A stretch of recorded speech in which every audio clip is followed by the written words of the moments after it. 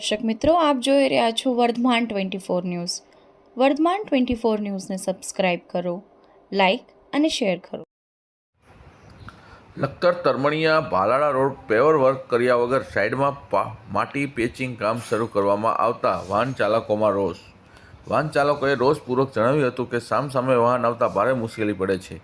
Lakhtar Tarmaniya Bhalala road છેલ્લા ઘણા વર્ષોથી બેસમાર્ગ હોય ગ્રામ્ય વિસ્તારમાં રહેતા લોકો દ્વારા અનેકવાર રજૂઆત કરવા અને અનેકવાર મીડિયામાં આપ્યું. ત્યાર પછી ઘણા વર્ષે તંત્ર કુંભકર્ણની નિંદામાંથી જાગ્યું અને આશરે એકાદ વર્ષ પહેલાં રોડનું ખાતમુહૂર્ત કરી રોડ શરૂ કરવામાં આવ્યો હતો. ત્યારે ગ્રામજનોને જણાવ્યા મુજબ કોઈના માર્ગદર્શન મુજબ આ કામ ગ્રામ્ય પ્રજાને હેરાન કરવાના ભાગરૂપે ગોકુળગાય ગતિએ કરવામાં આવી રહ્યું છે. સાથે હજી રોડ બન્યો નથી અને પેચિંગ કામ શરૂ કરવામાં આવ્યું છે.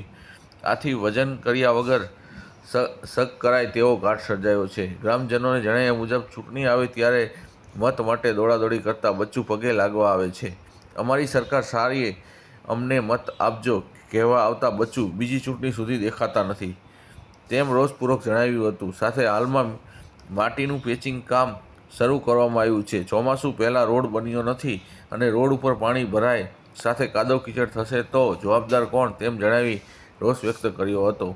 રિપોર્ટર વિજય જોશી, લખતર, વર્ધમાન ન્યૂઝ. હા સાહેબ, અમારા ભાલાળા તરમણીયાનો રોડ છે ને, આ સરકાર રહીને પહેલાં છે તે પાઘડી પહેરે અને પછી કપડાં પહેરવાનું ચાલુ કરે છે. અને આ રોડનો અમે 7 વર્ષથી મથવી છીએ, છતાંય પણ હજુ સુધી નિકાલ આવ્યો નથી. પહેલાં હતી માટી નાખી દીધી, હવે કેદી કરશે? તો હવે એ પાણી કેટલું ભરાય સાહેબ? અને એમાં અમારો કોઈ અનુકૂળતા જ નથી કે આવવા જવાનો. પડખે સાઈડમાં વાહન આવે તો અમારે ઊભું રહેવું પડે, કાં તો બસના ઊભું રહેવું પડે. બસવાળા બચારા ડ્રાઈવર કંટાળી ગયા છે કે હવે તમે આનું કંઈક કરો, છતાંય પણ એ કોઈ ધ્યાન દેતા નથી. અને આ સરકારને કાંઈ એવું કાંઈ છે નહીં કે આ રોડ શેક નથી. ત્યારનું અમે લગભગ ઓછામાં ઓછા 7 વર્ષથી મથવી છીએ સાહેબ.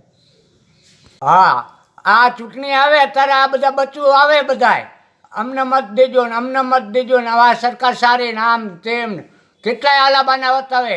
ખેડૂતના ખાતામાં આમ કર્યું ને આમ કર્યું ને તેમ કર્યું, પણ એવું કાંઈ નથી. આ જે કરવાનું છે કરો. આમાં કેટલાય તો હેરાન થઈ ગયા. એક બેન દીકરીને લઈને આવતો હતો, વચ્ચે લો કેવી રીતે મારે એમને લઈને આવવું? ક્યાં જવું, કેવી રીતે? એમના દવાખાને સુરેન્દ્રનગર જવું હતું, વચ્ચે એટલી બધી તકલીફ થઈ ગઈ ના પૂછો વાત. એ ભાલાળાના હતા.